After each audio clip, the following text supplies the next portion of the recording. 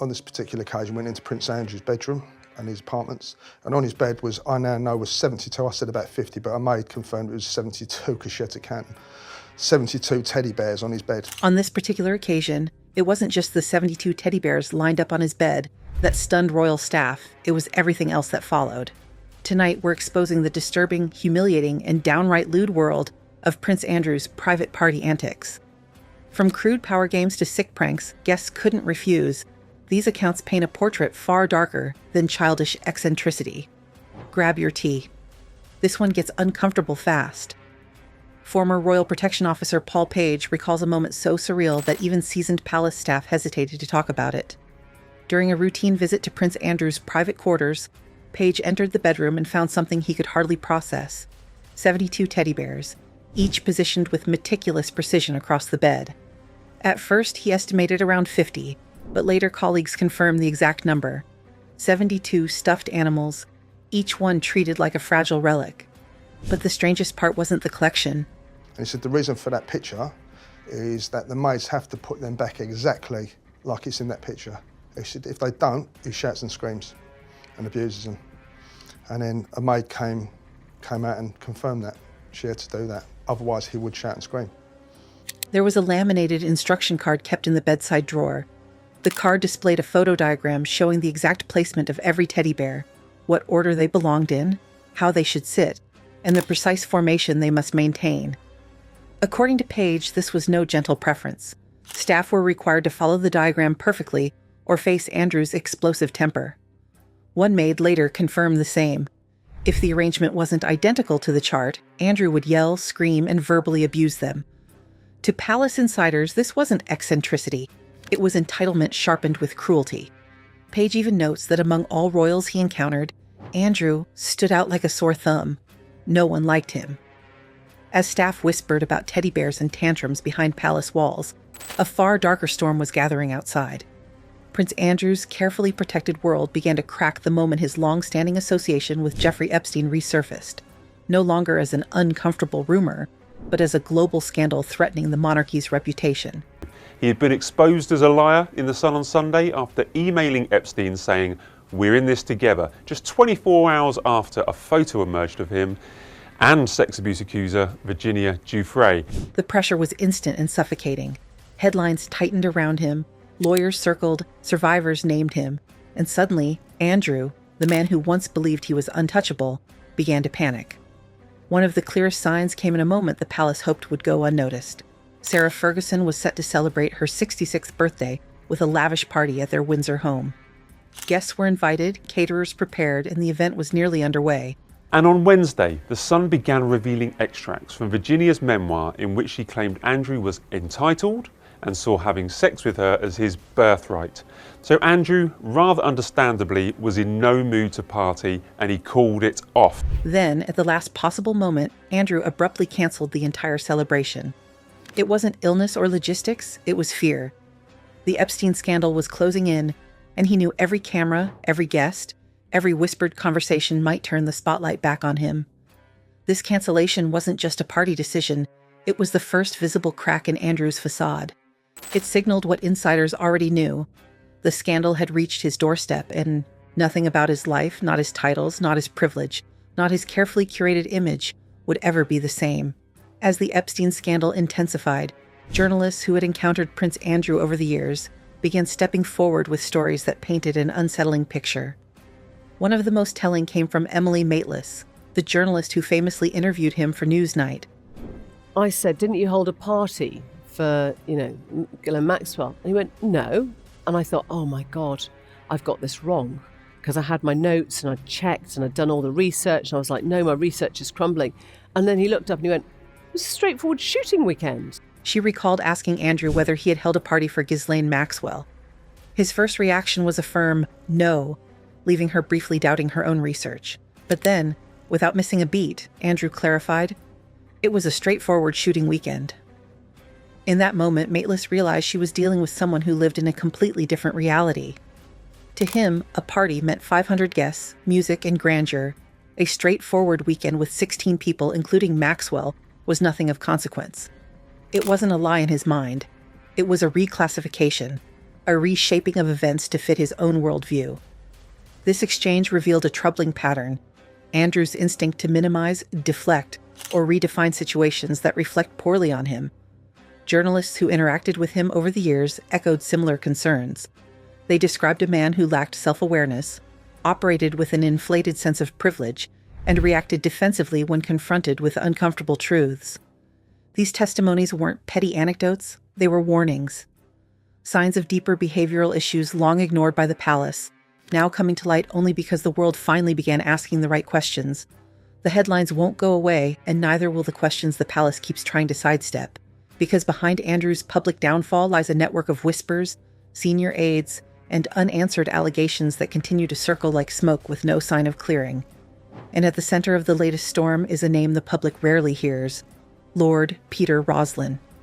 If you've never heard of him, you're not supposed to. Roslin is one of the king's most trusted confidants, a Lord Steward responsible for the monarch's private, non-state affairs. But between 2003 and 2014, he held a far more revealing position: head of the Royal Protection Team. That time frame overlaps with one of the most alarming claims tied to Prince Andrew, that in 2011, Andrew allegedly asked one of his close protection officers to dig up dirt on Virginia Giuffre. Prince Andrew, it's claimed, was asking one of his close protection officers to try and dig up dirt about Virginia Giuffre, and that happened in 2011. Now, we don't know whether Peter Loughborough, the name that he went by when he worked in the Met, actually knew about any of these requests. Now, here's where the alarms start ringing. Police sources say the officer did the right thing by referring the request upward, meaning senior staff should have known, and perhaps Roslin himself. When approached for comment, Roslin passed everything to Buckingham Palace, who then deflected it to the Metropolitan Police. And the Met? They simply repeated the same vague statement: the claims are being looked into. Rehooks in style. And that's the problem, isn't it? Every path leads to another closed door. Every question gets passed along like a hot potato. Every allegation sinks into the same royal fog of denial and delay. Come out that he has effectively paid peppercorn rent, so nothing, since 2003. He did pay £1 million when he took it on, and then £7.5 million to refurbish it. But the noise isn't just about Epstein. Andrew is also under fire for his peppercorn rent arrangement at Royal Lodge, effectively paying next to nothing for a 30-room mansion on the Windsor estate. Yes, he paid $1 million up front and later spent $7.5 million refurbishing it, but public pressure is mounting for the National Audit Office to re-examine whether this sweetheart deal was appropriate. And that's the theme. The scrutiny never stops. Because every time one story fades, another rises, suggesting that the Andrew controversies aren't isolated incidents but symptoms of a decades-long culture of privilege, protection, and secrecy. Keep watching, because what comes next makes the earlier scandals look almost tame. Before we talk about Andrew's latest public sighting and the new evidence that exposes his lies, we need to step back and look at the full scope of his connection to Jeffrey Epstein. Because this story didn't erupt overnight. It has been building for 26 years, brick by brick, allegation by allegation, denial by denial, until finally collapsing under the weight of its own contradictions. Virginia Giuffre, then Roberts, alleges that she had a sexual encounter with Prince Andrew in London when she was only 17 years old. 7 years later, 2008, Jeffrey Epstein pleads guilty in Florida to procuring a minor for prostitution. It begins in 1999 when Prince Andrew meets Jeffrey Epstein, reportedly introduced by Ghislaine Maxwell. 3 years later, in 2001, 17-year-old Virginia Roberts, now Giuffre, alleges she was trafficked to Andrew in London. She names him. She describes the encounter, and the world at that time barely pays attention. But by 2008, everything changes. Epstein pleads guilty in Florida to procuring a minor for prostitution. He goes to jail. His name becomes synonymous with abuse. And what does Andrew do? In 2010, after Epstein's conviction, Andrew is photographed strolling with him in Central Park. His later excuse? He was only there to end the friendship. Few believed that then. Even fewer believe it now. Days later, allegations that he asked his taxpayer-funded close protection officer, bodyguard, to dig up dirt on Giuffre shortly before the infamous photograph of the couple appears. In 2011, the now infamous photo of Andrew with Virginia and Ghislaine is published. Andrew denies ever meeting her. He says the photo might be fake, but the image spreads worldwide. Fast forward to 2019, Epstein dies in his jail cell. That same year, Andrew gives his disastrous BBC Newsnight interview, sweating, stumbling, contradicting himself, and tanking what remained of his reputation.